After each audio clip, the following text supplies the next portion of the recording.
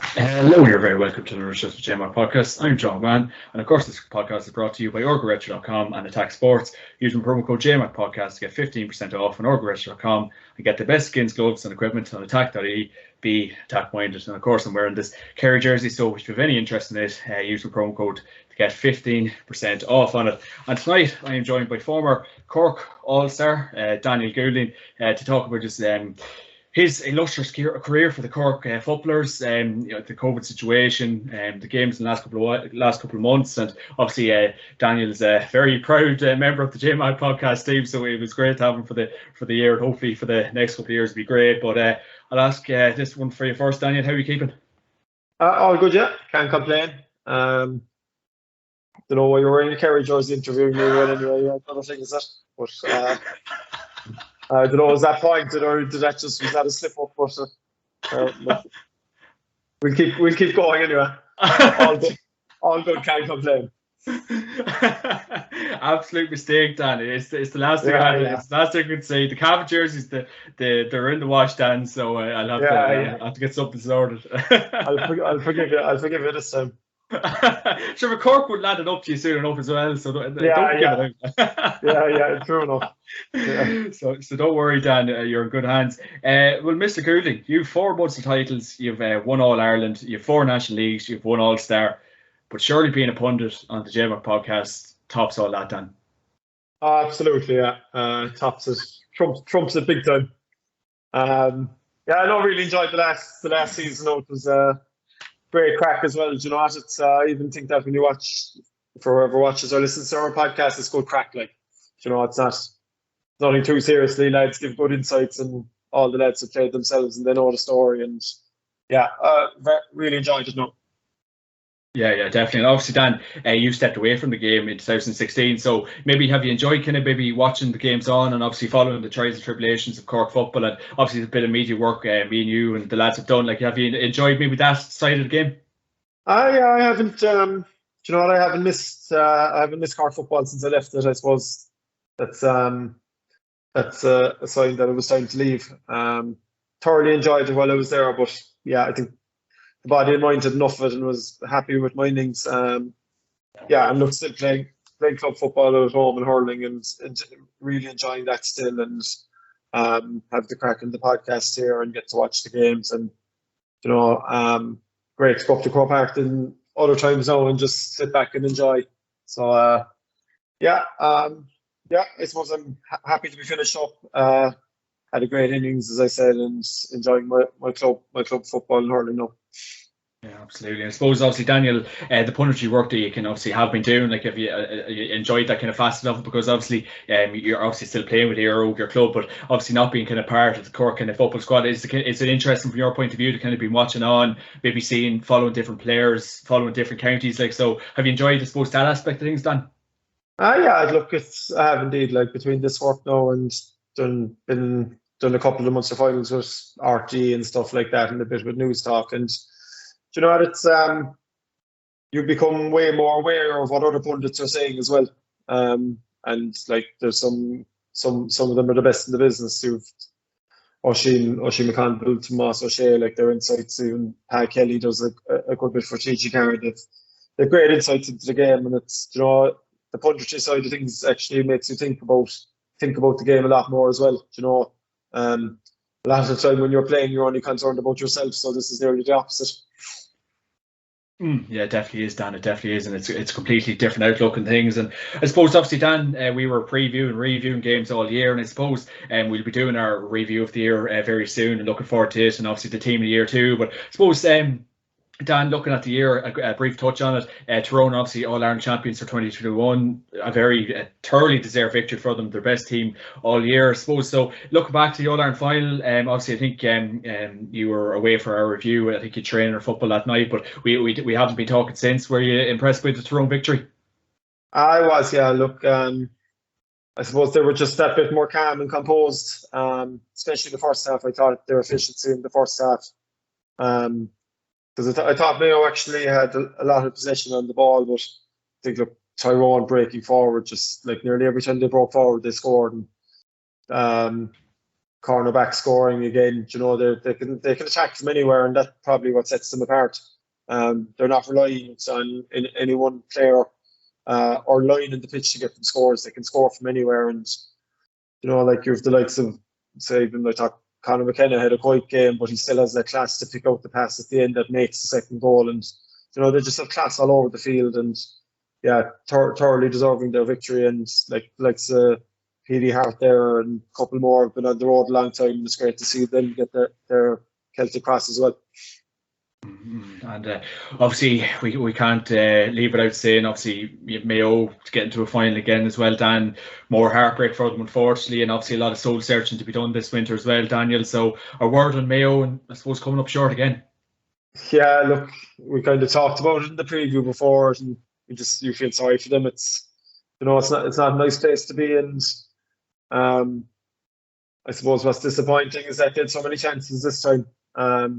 I suppose against the Dubs in previous years, they had opportunities, but like there were 2 or 3 opportunities, whereas this time they had a lot of opportunities. They had a lot of goal chances, and look, unfortunately, it didn't fall their way. And you know what, you'll never write them off, and they'll be back again. There's no doubt about that. And like, they have some great warriors. Like, I just look at Lee Keegan every time, and I just think, like, this fella's been one of the best players that has ever played the game. And look, I'm sure he'll keep going, and someday you'd like to see the likes of him get an All-Ireland medal. But fairness to them, you have to commend them for their ability to keep bouncing back. And yeah, it's just unfortunate. I'd imagine they tell you themselves they didn't play to their best, and that's probably the most disappointing thing to them.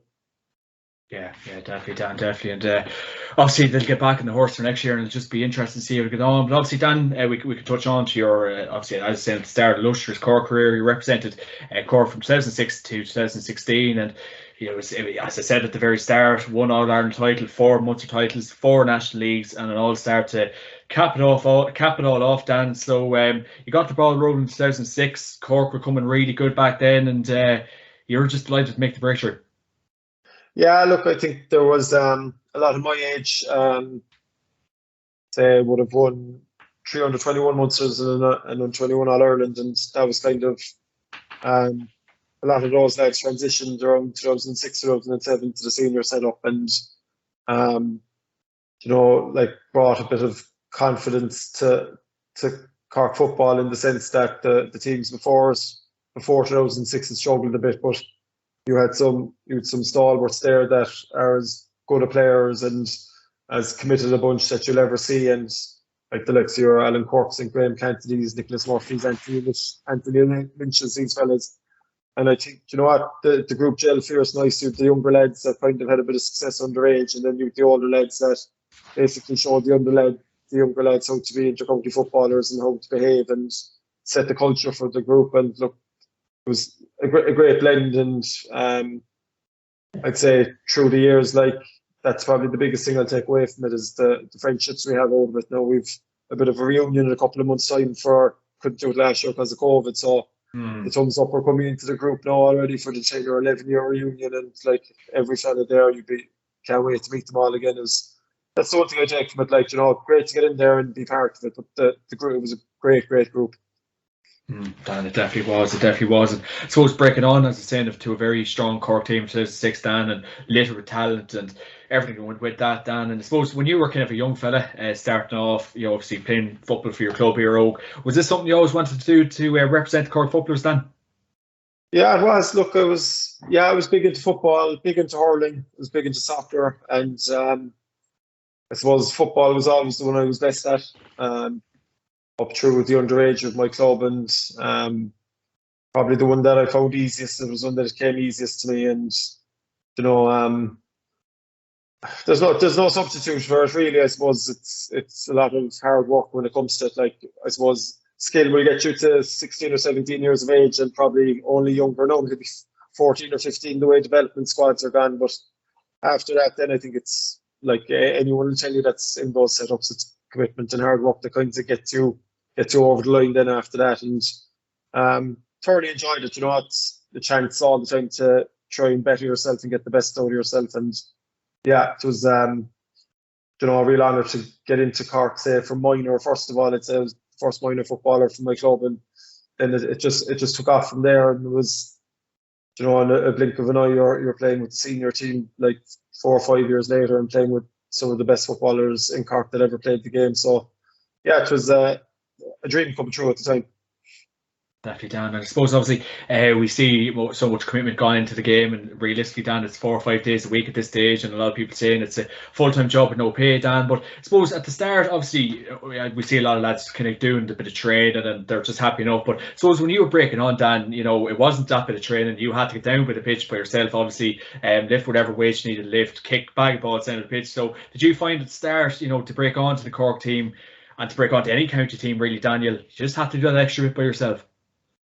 Yeah, I think so. Look, it's like you're right now. It's nearly professional now, but like even back then, the setup was fairly serious for, I suppose, what a setup that's 14 or 15 years ago. It was fairly serious, and you'd learn very quickly from, as I said, when you came in there, the older lads, how serious they took it and how committed they were to it, and the effort they put into it, and like you try and model yourself on them. And geez, even fitness wise, you'd look at me on like one of the lazy corner forwards. I'd be like, fitness was never one of my strong suits, like, and it's still something you have to work on. And you know, you have to do that extra bit yourself, and then just throw free taking on top of it.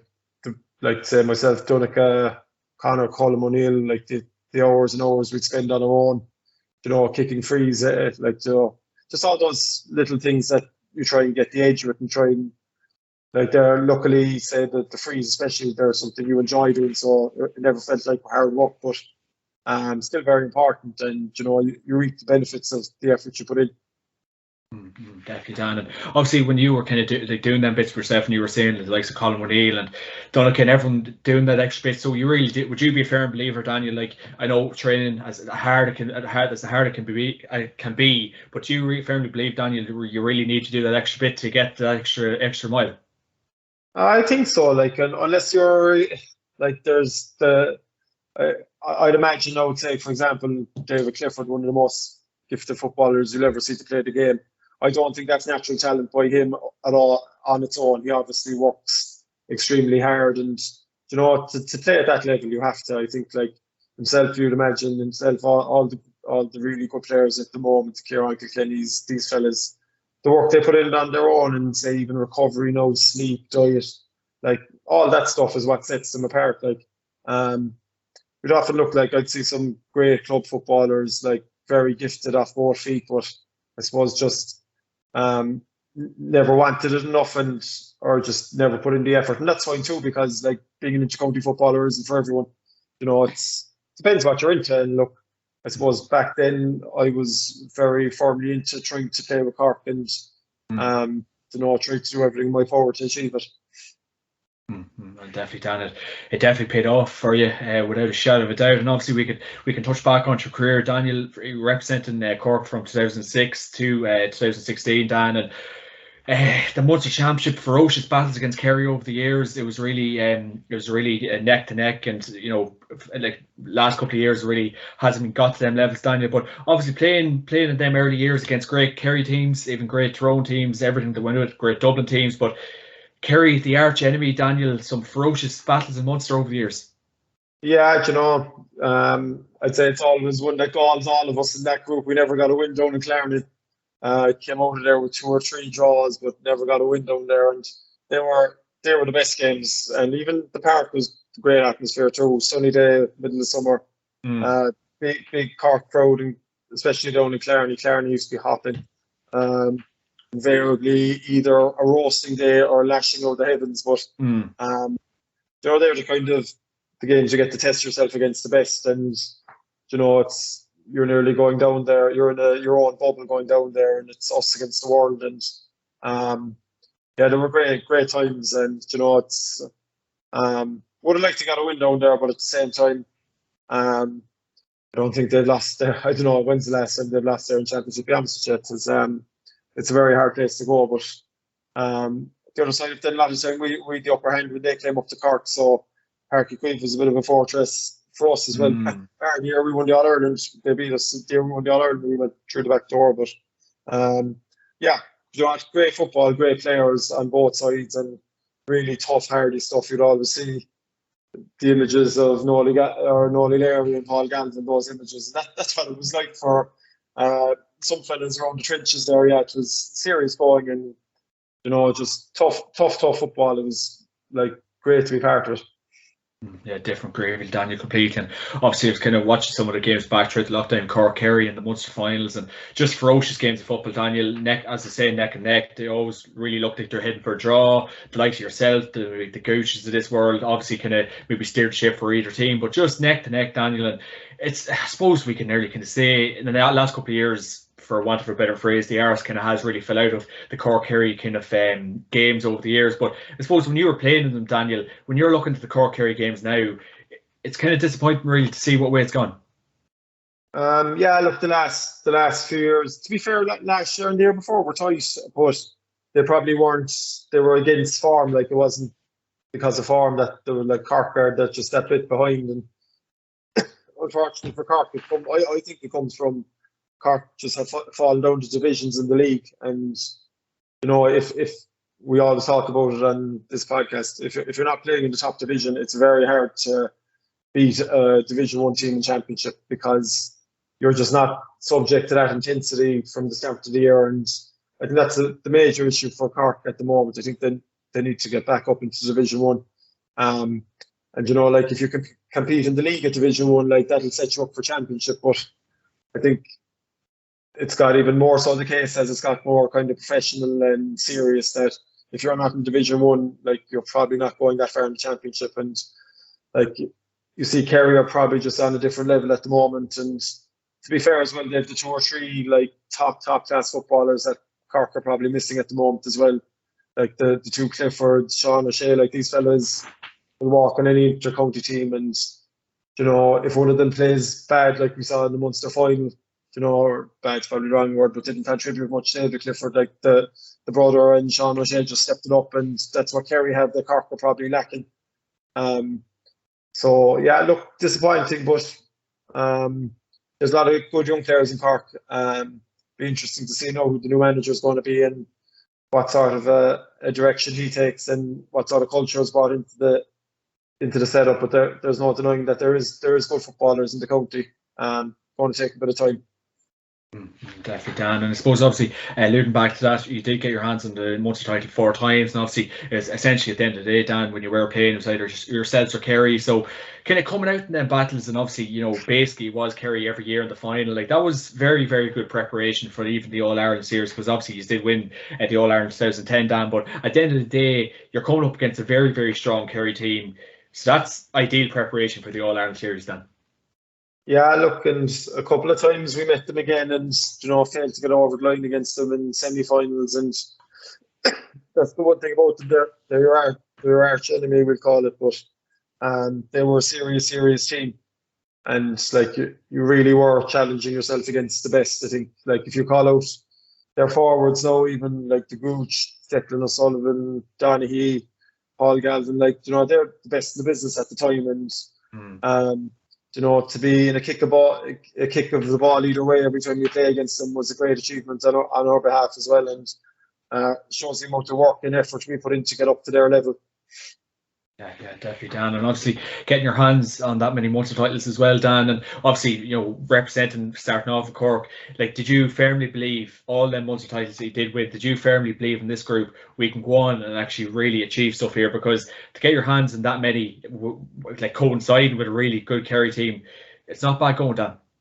No, not at all. And like, as I said, like, even then we really focused on the league every year, like, and that gave us a springboard into the Championship. And we were winning the league along with some of those Munsters in the All Ireland at the time, and really built a culture of winning in the group, and gave you that extra bit of confidence to know that you could beat the best in the business in any given day. And had a few near misses as well, and a couple of games we could have won that we didn't. But look, that's the joys of it. Like, you play in these Munster finals, they come down to, and even All Ireland finals, semi-finals, they come down to 2 or 3 plays, and they might be kicking the ball in the end. And invariably, when it's in the melting pot, one team will take better decisions than the other. And like, it's very hard to win All Irelands. And you see with Tyrone now, like, say with the last 10 years, how much effort Mickey Hart would have put into it and couldn't get near it. So like they're not easily won, and they come down to 2 or 3 decisions in a game that a player takes. And yeah, like I'd always say for the innings we had, like you'd love to have one more, but you have to be thankful for what you came out with as well. Like we had great days, won a lot of medals, lost a few games we should have won, but very enjoyable. And the opportunity to go down to Clarny and up to Croke Park, and for it to nearly be kind of you getting used to it every year for a period of time, just shows you like how lucky we were. Definitely, Dan, definitely. And obviously, I suppose tell me about them days, Dan, because obviously we were watching along on the TV, but like a piping hot day in Atak.ie for Clarny, anywhere at all, Dan, like the sun's splitting the stones, everyone's out and about, it's July, it could be pissing rain, it could be just the best day ever. The game's in the medal pot, Dan. It could be a draw. It's real. Look, taking trust. As I said, it could be like yourself. It could be the Gooch trying to swing the game for either team. Like, what's the intensity of them games like, Danny? Because obviously we're just watching on, but like it just feels like if you're not on it for like 2 or 3 seconds, and you know yourself from playing county football for so long, if you're not on it for 5 or 6 seconds in a county game, Dan, you're just going to be left behind. Oh, absolutely. And I suppose the really hot days were like down in Clarny, especially. They were tough days to play football in, and it was days you'd really rely on your teammates as well, like because you're all in it together, and like the communication around the pitch is critical to keeping you clued in, like because if things aren't going well for a period, the doubts start creeping in, and you have to be mentally strong. And as a team, I think we had that. We went down there a couple of times, and we were down 7 or 8 points after 20 minutes, and clawed it back by the end and got a draw out of there, and could have won games. And like the other side of that, then Cullum, I think, came on definitely once, if not twice, and kicked 2 45s to level 2 games down there. And like you're different fellas stepping up every day, and that was the beauty of Kerry and the beauty of Cork. They weren't reliant on any one player to kind of deliver on a given day. And I suppose we had a great panel of like 30 lads, and any one of the 30 could do a job for you on a day, like. And our AVB games would reflect that as well. Like they were nearly the most vicious games, the AVBs, getting ready for these Munster finals, because everyone wanted to be playing. Everyone wanted to be on the parade around Fitzgerald Stadium, and the buzz in the crowd. And it was. I suppose there are things you'll never replicate to an extent, but you look back at them with very fond memories, even though you always wish you'd won more. Definitely, Dan. Obviously, you were referencing some serious players a couple of minutes ago with the likes of Colin O'Neill, Donald O'Connor. You have Graeme Canty there as well, some do other O'Connors, and just like some serious players. And obviously, like a full forward line consisting of yourself, Colin O'Neill, and Donald O'Connor, and players like Paul Kerrigan, to name a few. Like, so Daniel, like playing with them gents over the years, like obviously yourself, you were playing at a very high standard, but like when you're consistently playing with lads like that, Dan, you're only going to improve. Yeah, absolutely. And as I said as well, that was the kind of the work ethic of the team, was everyone wanted to improve as well. You couldn't rest in your laurels there because someone would take your position. And vice versa, when you're in the AVBs or backs and forwards, when you're marking Michael Shields or someone like that, like you're going to get nothing easy off them. And I think the AVB games we used to have really brought the best out of us and kind of got us ready for championship. Like there was 1 year, I don't know, was it 11 or 12? The Bees were winning every single game, kind of every week, like, and just showed like there was lads to be dropped off the team on the basis of someone else playing way better than them on the B team, and like the competition was ferocious, and it just you always had to be switched on, and it was a great way to be, because like you had to try and perform to your best all the time. Definitely, Dan, definitely. Hot and spicy, just like these days, ABV games just seem absolutely ferocious around all counties. And I suppose, Dan, we could touch on to the All-Ireland win in 2010, a serious year for yourselves, and just looked like an absolute siege mentality. You had a great year, obviously. I think it was in 2009. Obviously, Kerry got over the line against you, but a learning curve for yourselves. You got the All-Ireland win in 2010. You tagged on an All-Star that year, Dan, and he's had a fantastic victory against a very, very strong down team, Dan. So Croke Park, it was pissing rain, but you didn't give a shit. No, absolutely not. By the end of it anyway, we didn't. I say after 40 minutes, there was lots of shits given. we're under serious pressure. But funny, you mentioned 09. 09 we played way better football. I think it's the best football we played as a group that year. We were unstoppable that year.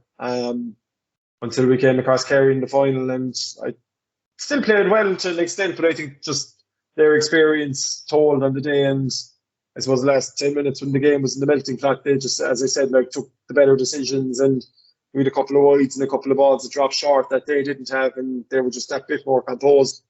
But I suppose learned from that a year later, and I suppose went through the back door. It wasn't the prettiest of all Ireland's to win by any means, but hard games won, like, and went up to, I'll always, like, if you're beaten by Kerry after extra time in a replay, I think, in the first round. So through 3 rounds of qualifiers, had to beat Wexford away, in, what's the name, Wexford Park or wherever it's called now. Like, that place against the Gale Force win down 2 points at half time, and really had to dig deep. Went up to Limerick in the Gaelic grounds, up 4 points, and they got a goal and a point in injury time, and it beat them in extra time. Like, beat Dublin in that crazy game in the semi-final where Donegal got 1-3 in about 5 minutes. We were dead and buried, and just built character the whole way along, and even played poorly for 40 minutes in the final. But when it mattered, got it together. Like last 25 minutes is probably the best football we played all year. I think I remember Donegal kicking the score from the end line pretty much. Like, those, it's kind of everything clicked for 25 minutes and there was enough. But yeah, great memories and great celebrations after, and a feeling of relief, really. I suppose we'd been to 2 finals in 3 years before that, and relief to get over the line was probably the overriding thing. And I suppose once you got back to the Burlington then and down to Cork, then you could let the hair down, and it was enjoyment then. But there was definitely no true relief after the game. I was just laughing to myself there. You played ourselves with the weight of that journey, but I don't think we gave you too much of a stiff test. That was the only one. There was no character building in that. That was fine. I think there was about 300 people at that game down in Park It was lashing rain. Including myself. Yeah. My uncle was commentating on the game. It was, I don't know why, Dan, I can remember that game so well, because we were just on the way up to it, I think going on the motorway, whatever, and it was a grey wall for the whole way along. So I don't know how we can remember it so well, and he's wiped us off the pitch. So just a horrendous day, like, and I don't know why you could. Probably just talking to you can remember it so well, and you whipped some lovely scores that day. And I think Shawnee Johnson would have been playing for us back then, and sure, he was our only threat, and sure, I don't even think he was fit to play, and I didn't forget that. We double marked him anyway, I'd say, as well, on top of it then, just so. Oh, yeah. God, no, you just made light work for us. So I wouldn't say that was too character building that day, but no, definitely, obviously reverting back that glorious day, Dan, and it was just a surreal day. And obviously, I was saying, you came up against a very strong down team. You had the likes of Danny Hughes, Marty Clark playing his absolute pomp. Danny, it's so unfortunate. Marty Clark, I think he just got unwell and he had to kind of finish up playing Gaelic football. Just an absolutely tremendous footballer. Benny Coulter, a seriously strong down team, Dan. Yeah, seriously strong down team. They'd beaten Kerry as well. They were on the crest of a wave and full of confidence. And if they'd taken their chances in the first half, they could have had us in a lot more trouble. I think we went down 4 at the break. It could have been 7 or 8, and then it's a total different game. And I think we learned a lot from the semi-final as well. The semi-final was insane. Just the dubs, the noise. Like the All-Ireland final was actually quiet in comparison to just that you had a crazy Dublin crowd there baying for blood, and Cork travelled in their droves as well. Whereas in the final it's a small bit more commercial. There's tickets go around to all the country, and probably not as much supporters from each county there. It was a bit quieter, which is mad, but that semi-final really prepared us for the final, and it taught us that you're hanging on for the last 10 minutes of these games, and that's where you have to be really clued in. 100%, Dan. And obviously, you were banging on the door for so long, in years previous to that 2010 final, Dan. So obviously, with all the experiences you did have getting the finals, and obviously having very stern tests against Kerry and various things like that in Munster, Dan, your day did finally come. It just seemed like maybe at the end of an era for a couple of players there wasn't that Cork team, but you're well oiled, well prepared. I think he's obviously had Down's number on the day, but I just think that learning curve from all the games in years previous, Dan, definitely would have stood to you. Yeah, absolutely. Like as I said, like that Kerry team, especially, were the team to beat at the time, but they'll be one of the great Kerry teams. A lot of those lads have 5 or 6 All-Ireland medals, like, and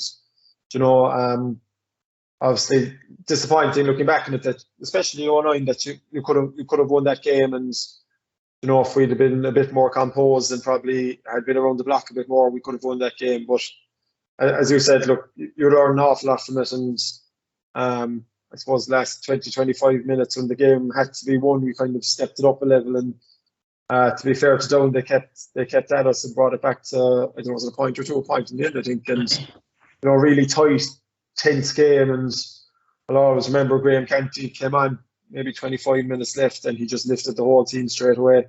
He was injured from the start, so he came on. I think his hamstring was hanging off, but he managed to get through the 25 minutes anyway. And you'd Colm O'Neill coming on, Nicholas Murphy, Derek Kavanagh, like, these lads are serious players and would have started for Cork in other seasons, and like they were great options to bring off the bench, and that was another strength of ours. Or it was a serious panel effort. There was as I said, nearly 25-30 lads there that could contribute on a given day, and great for all of them, I suppose, to get their All-Ireland medal. And could have won more, but could have been beaten by Down as well, just as easy. So that's the way it falls.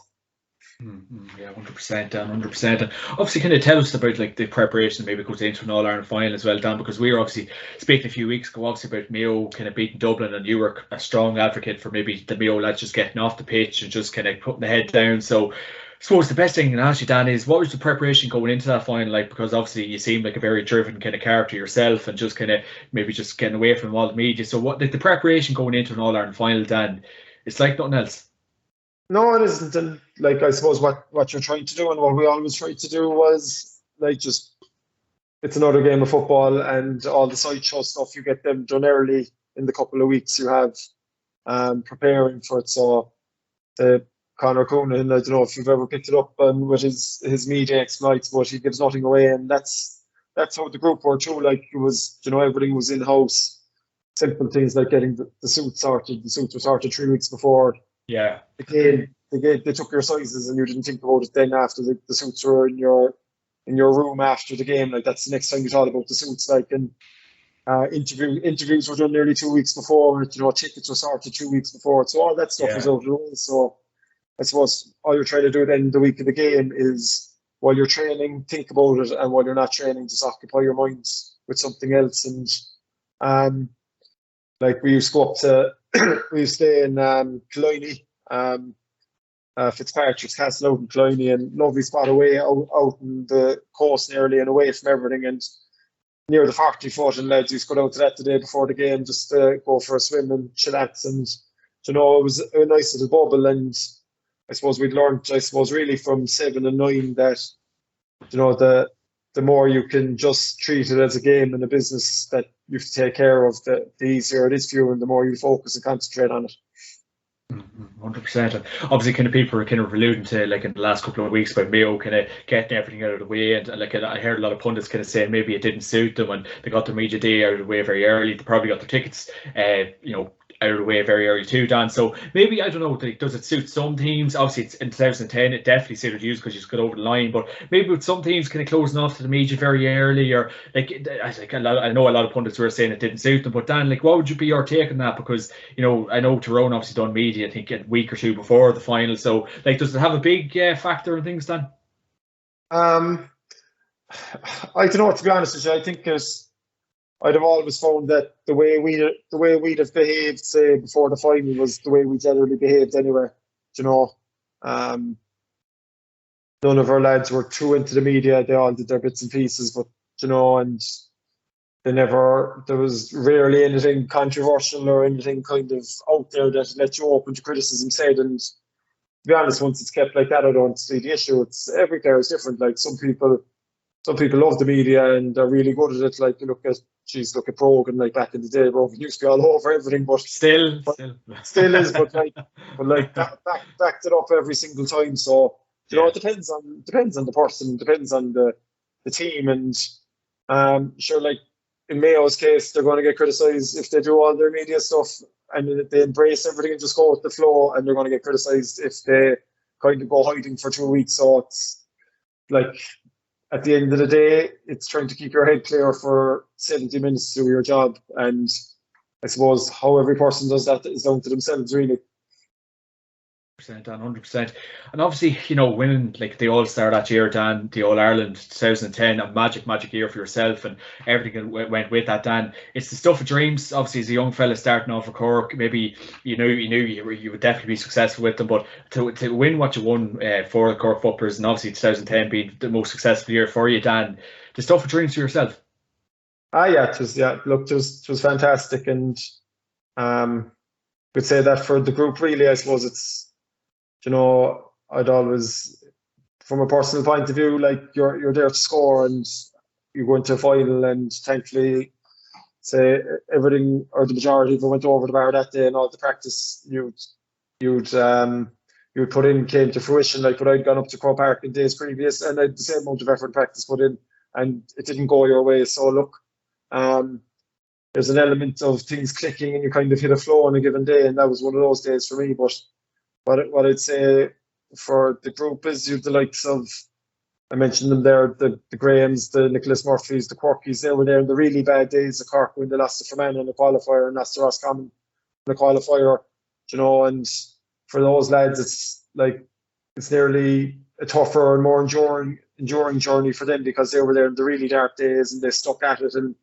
But they were all 28, 29 years of age when they won that final, and like, it's a credit to them that they stuck at it. And a bit like Donegal, you know, it's in similar ways that like come from like taking big beatings to turning it around and getting to the promised land. And you know, great credit to those lads, and like the younger lads. Then we fed off them, like, you know, we're like, you know, you were never going to complain about anything or not push yourself as much as you can when you see all those lads doing it every day. And obviously, Dan, like, tell me about the likes of Graham Canty and leaders like that, because obviously Graham Canty probably one of the great captains of the Cork team over the years, and will go down in GA folklore for being like that. But you know, what was it like to kind of share the dressing room with him, Daniel? Because it just looked like he was an absolute leader. He died with his boots on, and just an incredible player to play with and to soldier with over the years, Dan. Like he's a great bit of stuff, and just as a person, even take a captain or a footballer out of it. And that's the thing with a lot of the lads, you know, that we're all friends still. Like, they're all lovely people too, and that's, you know, they're all successful in their own right as well. And Graham as a leader, like, Graham didn't say a huge amount, but when he spoke, like everyone listened, and invariably what he said, there was something pointed behind it, or there was a message to it. And like, his leadership style was nearly led on the pitch and led by action, and you know, everyone just rode in behind him because he knew everything that he said or did, he'd back it up, and he'd always back you up as well. And he's very good, and still is very good to look after lads. And and like, as I said, the vast majority of that group are great fellas, and they do anything for you now still. And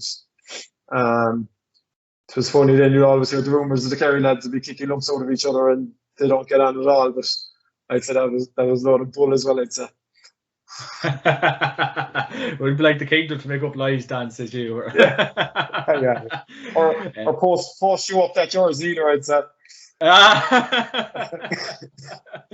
Jesus Christ. And I suppose, Dan, as well as that, like, you know, like a warm summer's day, and obviously the likes of Atak.ie, Croke Park, like packed houses, 82,000 people in Croke Park, like the pinnacle of your career, Dan, and obviously like all the players that playing with you. But it's the stuff of dreams, Dan, like All Ireland final day, you know, whatever, it could be sun, it could be rain, absolute thing, but at the end of the day, it's a Coliseum, Dan, and it's ferocious stuff.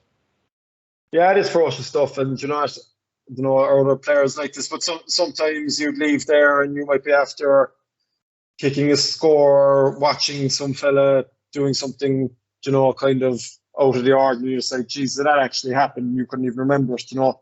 You're in such a buzz and such a focus, and it's a bubble really for the hour and 10 minutes you're on the pitch. And you know, a lot of the time it's either, you know, it's a place where it's either very lonely and you're struggling up there, or it's you're full of confidence. It's, you know, there's no hiding up there. And I suppose that's what playing at the top level in any sport is. And same way now, that way in club, I find that club team at home, and I presume, say, even the intermediate grade watching it this year in Cork, like, it's serious stuff, and the commitment levels have gone through the roof. And you know, you're putting so much effort in to deliver for 60 minutes, like, you know. And you were giving out about it a few weeks ago. I still think it's gone nuts. Like, the effort into it is, I'd still play it, like, because I love the game, like, but geez, the effort has gone mental.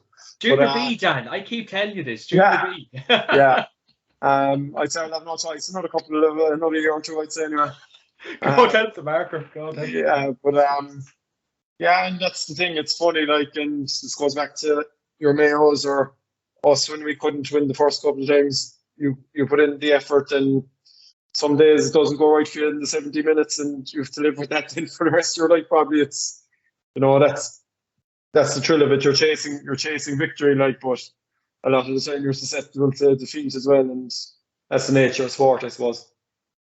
Definitely, Dan, definitely. And I suppose, obviously, you were like the scorer in chief for Cork over the years, and you're like, you don't go Connor, Colin O'Neill, and everything went with that. But so, Stan, you were like the majority of the time you were on the freeze for Cork. So did you kind of ever feel that kind of added pressure on you? Like, if I don't nail this, Colin might take it, Donald might take this, my place might be gone, everything went with that. So did you ever kind of feel, obviously, that bit of pressure, or did you kind of want to just deliver on your own standards? Yeah, I suppose everyone. I'd be amazed if a lot of free takers don't have those thoughts in the back of their head, or even anywhere in the pitch. To be honest with you, that can go for anyone. And I suppose I'd have done a lot of work, and we'd have all done a lot of work in free taking and your process, and you know that all you're doing is kicking a ball, and everything external to that, there's no point thinking about it because it's no good for you. And there'd have been a lot of work done through that, and I'd have found through the years it would have benefited me a lot. So even from 9 to 10, I'd have put in I missed a couple of frees in 9, put in a huge amount of work in the mental prep in from then on. And you know, it's a kicking frees is a physical activity, but it's all down to your mind telling your body what to do. So you know, you're trying to replicate that, whatever the way you're trying to train your mind to think the way you train your body to kick. And you know, there's a lot of work in that, and then that's where the confidence comes in. If you can replicate it, you get confident, and you know, you can handle the big situations. But yeah, it's funny. I always laughed. I finished my last game for Cork. The last hurrah was up in Longford. I missed 3:45 that day. Like, so it's funny. It just shows you, like, you can, you know, you can put all the effort and practice in, and some days it just doesn't go your way, and that's the end of it up in Longford. Jeez. Yeah, not a great way to finish up on it, Dan, but in fairness, like, Jesus, 2010 you've been up for it. You got your hands in All Ireland. You did a great game that day, and I suppose that's the thing I was going to say to you, Dan. Obviously, after 2010, I think I was at that game 2011, the one he's played against Down. I think was it a qualifier up in Croke Park. Correct me if I'm wrong. I think you went off injured. I think it was at the ankle or something that day up in Croke Park. So obviously, the years after 2010, probably, I don't know, whatever, you could probably best describe it yourself, but was there a bit of a lull after 2010? Maybe the players drop off, or what was the story maybe after 2010, Dan? I think 11, we were going very well, and from the Munster final on, we just got decimated with injury. Kieran Sheehan did his cruciate in the Munster final. Colin O'Neill had done his cruciate, in the National League before that. So you were down probably 2 of your top 8 forwards, and I got injured in the Down game. Barry O'Driscoll came on for me from Nemo and broke his jaw. So, like, you're down 4 of your 8 forwards there going into the quarter final against Mayo, and I think Mayo were just up and coming at that stage. And you know, we couldn't get the scores to beat them, and yeah, I think, like, say 11 was one that injuries caught us. I still think we were at the top of our game. We won the National League as well that year. Like, and I think 12 was an opportunity lost. I think we had the measure Donegal in the first half, and the blank defence, and we coped with it very well. We were gone in level at half time. We probably should have gone in 2 or 3 up. We missed a couple of chances, and had been going very well all year. One Munster at a counter, and just fell apart. It's probably the wrong word, or maybe it isn't. Just second half didn't put in a performance, and Donegal did and took advantage of it and got a good goal and caught us. And I suppose there was a lot of mileage on the clock at that stage. And 13, it was a mixture, a lot of new younger lads coming into it and a lot of the older lads kind of, I think that was Connor's last year, 13, and things were just a bit more difficult, and there's a lot of transition in the group. And funny, we still had Dublin I think they beat us by 4-5, but with 5 minutes left in the quarter final, I'd say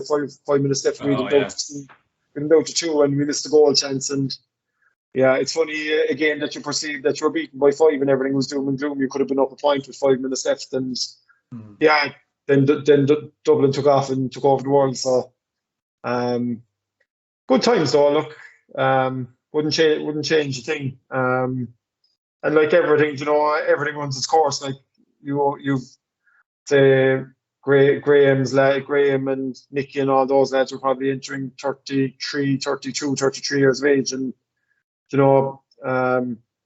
things like injuries took over some lads, and things change, and you just move on and adapt it. And then Connor finished up, and that was kind of the end of that era. We call it kind of that group of players. But from when Connor took over to 13, it was very, very enjoyable, the whole thing.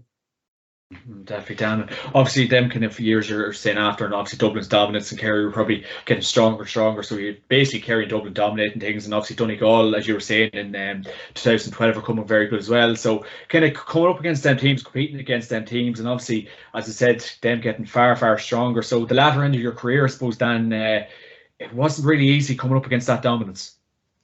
No, it wasn't. And I suppose, as I said, we were in transition as well. Lost some serious leaders, and became a very young team, or a team, say, like your under 21 team that I was in would have been the oldest there, and probably never been in that position before either. So we're kind of leading the line then, and a lot of young lads came in that had success at underage. But again, it takes a couple of years, and I suppose we probably thought we should have success straight away. And it didn't materialise, and I think just became tougher and tougher, and Kerry started getting victories down on us. And even, I think, was it Brian Copper's second year, should have won down in Clarny, probably got robbed the same day, and lost the replay and went out in the whimper to Kildare. But the amount of effort expended to beat Kerry in those 2 days cost us the Kildare game, I've no doubt. Like, we were just a team running on fumes by that, and like they're small margins as well. If we'd won that Munster final, Brian could have been there for another 3-4 years, and that group could have taken off. It's small margins always. And as I said, no, I think you're going to have a new management team in place now, and I think now's the time really for Cork to rally the troops, like, and make getting Cork football back to kind of the top tier, the main focus of everyone that's interested in it. Definitely, Dan, definitely. Obviously pushing on to the likes of 2015, 2016. So I suppose you probably, definitely in the 2016 season, as I said, referencing the game against Longford, you probably said maybe, the body's probably telling you no, and maybe injuries and bits and pieces like that. And obviously you came on, you missed a few frees. So I suppose the game against Longford, I suppose, what was the deciding factor for you to kind of finish up with Cork, Dan? Because obviously you put in, 10 great years with them, but what was kind of like the final nail in the coffin for you, Dan? I'd have always just found in the last year or two that everything was just a bit of a fucking ask, very, very fit. I was probably as lean, as fit as I've been my whole career, but the bit of sharpness that you had when you were 5 years younger and you didn't have the injuries kind of piling up, and everything just was a bit harder to get away from backs, the game had changed as well, so there was a huge amount of back the pitch, and everything just was a bit more of a struggle. And I just thought at the end of 16, the amount of effort I was putting into it didn't warrant the enjoyment I was getting out of it. I wasn't enjoying it enough for the amount of effort I was putting into it. And at that point, it was an easy enough decision, when you're kind of so committed to something and you don't feel you're getting the benefit out of it mentally, that you're not enjoying being there, it's time to go. And it was an easy enough decision in the end, and was as I said, very, very happy with my innings, and I wouldn't have changed anything in 14, 15, 16 either. That's just the way it goes. Definitely, Dan. Obviously, after winning the All-Ireland in 2010, getting your All-Star and everything that went with it, Dan, and obviously you were kind of feeling it was a bit of a struggle maybe after them couple of years in 15, 16, everything went with it. But did you feel maybe after 2010 there was that maybe much of a lull? You're just kind of thinking, are we ever going to get back to these heights? Geez, being honest, I'd say 10, 11, 12, you're on the crest of the wave. You think you're going to be winning or playing in All-Ireland finals every year. And I think it was 13 was the first year things got a bit harder. I think 11, 12, injuries in 11, I thought we were in a great place. 12, we were lifting. And look, just came up against that Donegal tactic that no one seemed to get a handle on.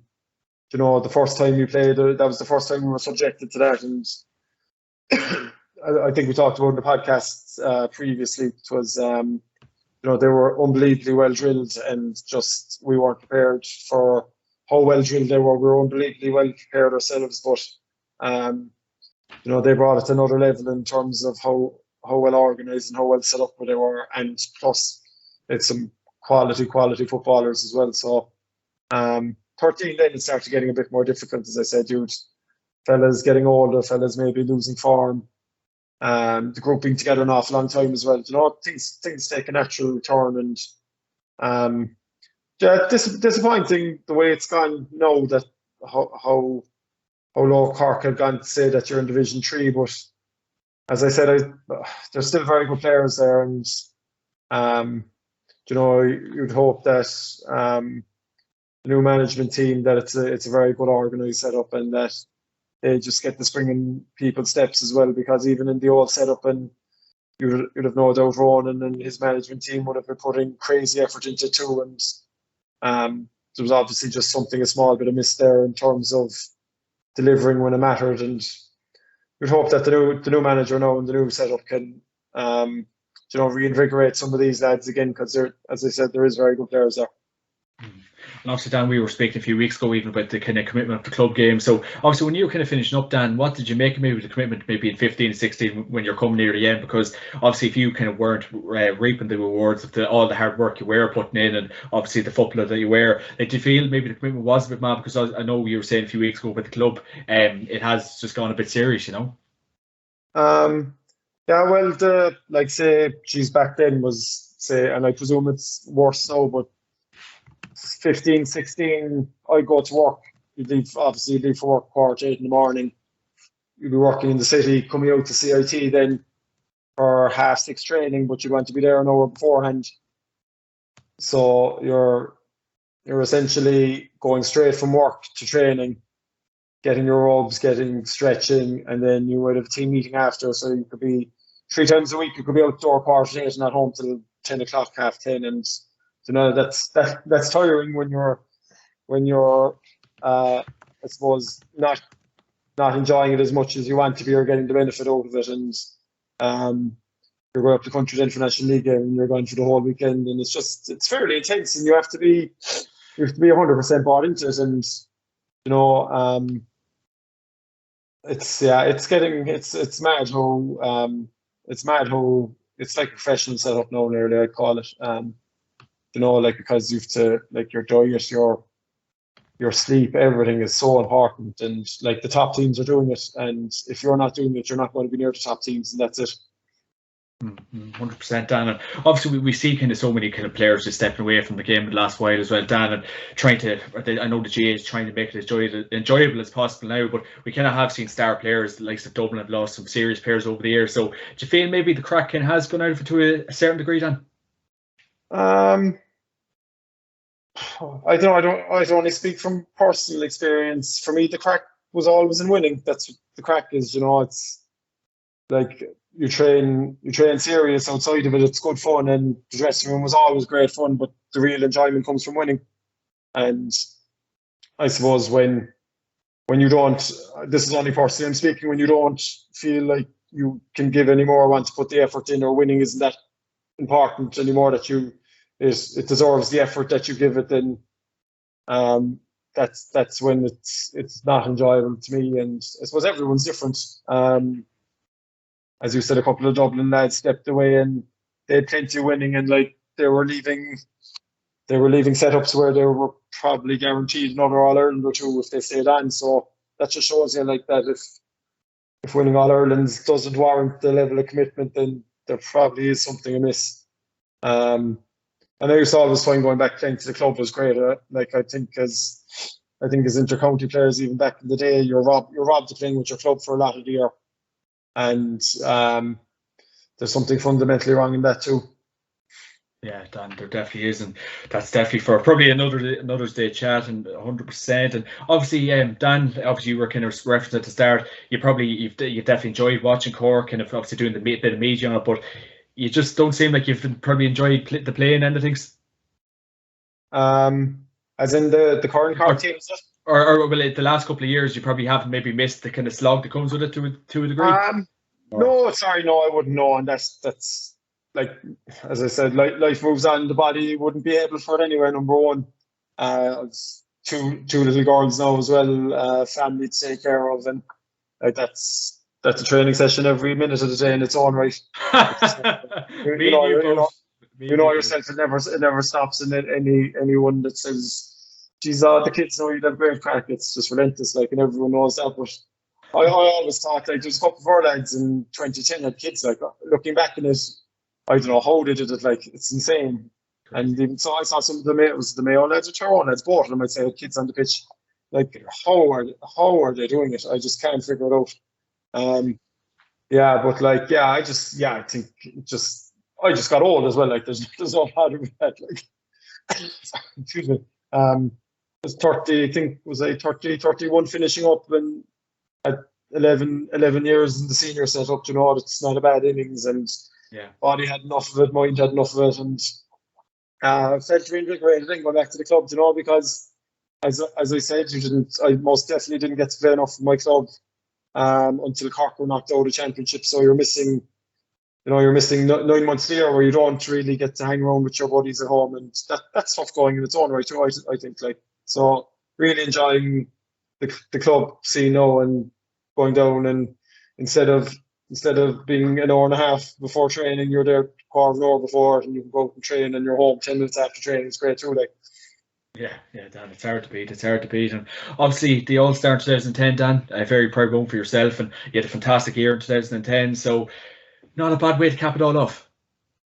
No, and look, those accolades are great, and it's nice to be acknowledged, but it's in some ways it's a popularity contest. You could always look at Donica O'Connor, never got one, which still to this day baffles me.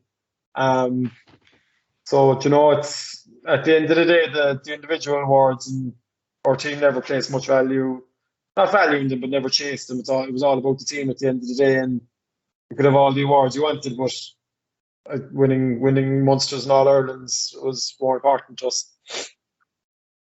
Definitely, Dan, definitely. Obviously, you were referencing your club, Éire Óg, and you're still playing away with them, and you've won 4 football championships with your club, and obviously it's a very strong competitive championship in Cork there. So, Éire Óg, what all does it mean to you, Dan? Yeah, it's it's the place now. Bar at home, you spend working from home now. Definitely, you spend the rest of your life in Éire Óg, nearly the way it is. I suppose there's 2 of us still playing today that started off when we won a junior county in 2008, and we've gone all the way up to senior now. And at the start, we're traditionally a hurling club, so footballs are only kicked when you're over the hurling championship. So to go from that to playing senior football against Castlehaven last weekend and giving them a good run at it, coming off a long way, and there's same, the hurling won a hurling intermediate championship last year for the first time in, she's 28 or 9 years. So huge effort being put in down there, and a lot of unseen work by a lot of people that don't want any thanks or anything, but just love the club and love the parish they're in, and great bunch of players in that love playing as well. And it's our chairman always says that I'm insulting by saying anything, I know, but he's been around the block. But he always says you have to make hay while the sun shines. And like, in fairness, we luckily have a group of players over the last 6 or 7 years that have come together and won a bit. And it's nice to bring the club up to, say, intermediate Premier hurling and senior football. And I suppose the whole parish is proud of that, and it gives a bit of lift to people, especially in COVID. We had two county finals from last year to be played in the summer of 21, and kept a lot of people going through COVID as well in lockdowns. And I suppose that's one thing the club does that the county doesn't do really. The county scene is nearly gone elitist a bit. It's for the elite, like, whereas the club is for everyone. And it's a place when you're finished with Cork, the club is where you'd spend the rest of your life, and you'll be lining pitches when you're 60 years of age and everything else. That's what it means to me anyway, I suppose. 100%, Dan. And obviously you were kind of referencing the fact there, when you are on the county team, you don't really get a look in with the club, and it's just probably unfortunate, and I don't know, will that ever change and kind of maybe split it up a bit? But obviously, Dan, you strike me as the kind of person who obviously loves your club, and you would have liked, when you're playing for Cork, to spend a bit more time with them. Yeah, I think so. And I totally understand where the county managers are coming from as well. But I used to find there was nothing better that if you were after a hard slog with the county and National League or something for 4 or 5 weeks, getting a couple of league games in with your club, and just recharging the batteries, and getting to play ball without so much pressure on you. And I just don't think there's enough of it. And then it's very unfair on the lads in the club as well that are filling your space for all the league, we'll say, and then you come back into championship and one or two of them are going to get dropped if you have a couple of inter-county lads, and that's very tough too on them as well. And it's tough on the inter-county players that are taking their place. It's just, I don't think it will be looked at, but I think the split season might help it now a bit if they do it properly. But you're hoping that once the inter-county season is finished, that the clubs are given a couple of weeks before they go straight into championship. And that might fix it to some extent. At least inter-county players are getting a decent championship with your club, but then there's the argument that they're going all year round. So it's a very hard one to fix, and I'm not sure there's a right answer. Definitely, Dan. Well, no, that's 100%. And I suppose to wrap it up, nice easy one for you, Dan.